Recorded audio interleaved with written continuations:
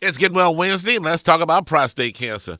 Prostate cancer awareness. And here, once again, is Dr. Frida Lewis Hall from Pfizer. Good morning, doctor. How are you? I'm doing just fine. Good morning. Okay, what's the conversation about prostate cancer this morning? Okay, so I know we got to keep talking about prostate cancer. It still seems to be a taboo in our community, but it's so important for men to know and understand that prostate cancer is the second most common cancer in men worldwide. Especially African Americans? Especially African American men. Not only do we need to know about this because it's the second most common cancer of men in the world, but because African American men, prostate cancer is more common, aggressive, and deadly compared to other racial groups such as Caucasian men. So let me run a couple of the numbers. African American men are more than 1.5 times more likely to be diagnosed with prostate cancer, and more than 2 times more likely to die from the disease than Caucasian men. Is that because we don't want to get that checkup, or we don't want to get the? Or is it there a genetic disposition? Is there something that Well, makes it more aggressive? We're not quite sure because we haven't studied it enough.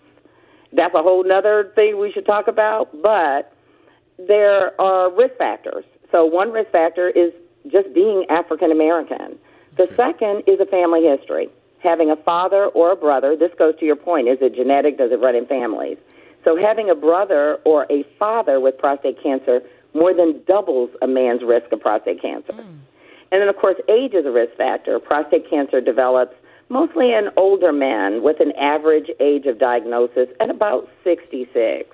And I want to make a point here because you asked about, kind of predispositions. In early stages of prostate cancer, when a man is most likely to be treated successfully, there may not be any symptoms or warning signs. Right.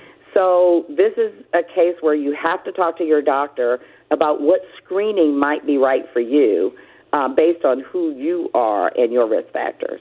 I have a question. So you said it could be hereditary, it could be run in the family, a brother or a father that had it. Now, I hear that diet is caused as well. So if you're in the same family and you're eating all the same foods, is that why it may be your father, your brother may have it too? Well, there are some additional risk factors. There are things like exposure to things in the environment and things like that. Diet, of course, exercise. But we really don't fully understand what all of the kind of predispositions are to prostate cancer. And in particular in African American men, because it's so understudied, the thing I was saying we should talk about is African American men in clinical trials so that we really get a better understanding of the disease. And are there a number of trials out there that men could be a part of? I mean, it's hard enough getting them to the doctor, or many of them, I should say. But is it difficult to get them involved in the studies as well? Yes, and usually you can talk to your doctor, and there are websites, we can mention some at the end, that can direct you to sites where there might be ongoing clinical trials. But you are absolutely right. One of the big hurdles at the very beginning is getting African American men to the doctor, or any men to the doctor for that. And so I want to make sure. So let's talk about one of the reasons they don't want to go to the doctor, which is what are the screening tests for, I know we don't want to talk about that, but one of the screening tests for prostate cancer.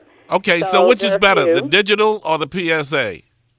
Both of them. Let's talk about the digital first, and nobody wants to talk about that one. So the digital rectal exam, everybody's heard about it, the ever-famous digital rectal. This is a simple test. A doctor feels for hard areas or lumps in the prostate. How? By inserting a gloved, lubricated finger into the rectum. I know this makes people feel uncomfortable and anxious, but it only takes a minute or so. And then there's the PSA. The PSA is a blood test, so they draw your blood for this one. Prostate-specific antigen is what PSA stands for. This is a substance that's found in the blood.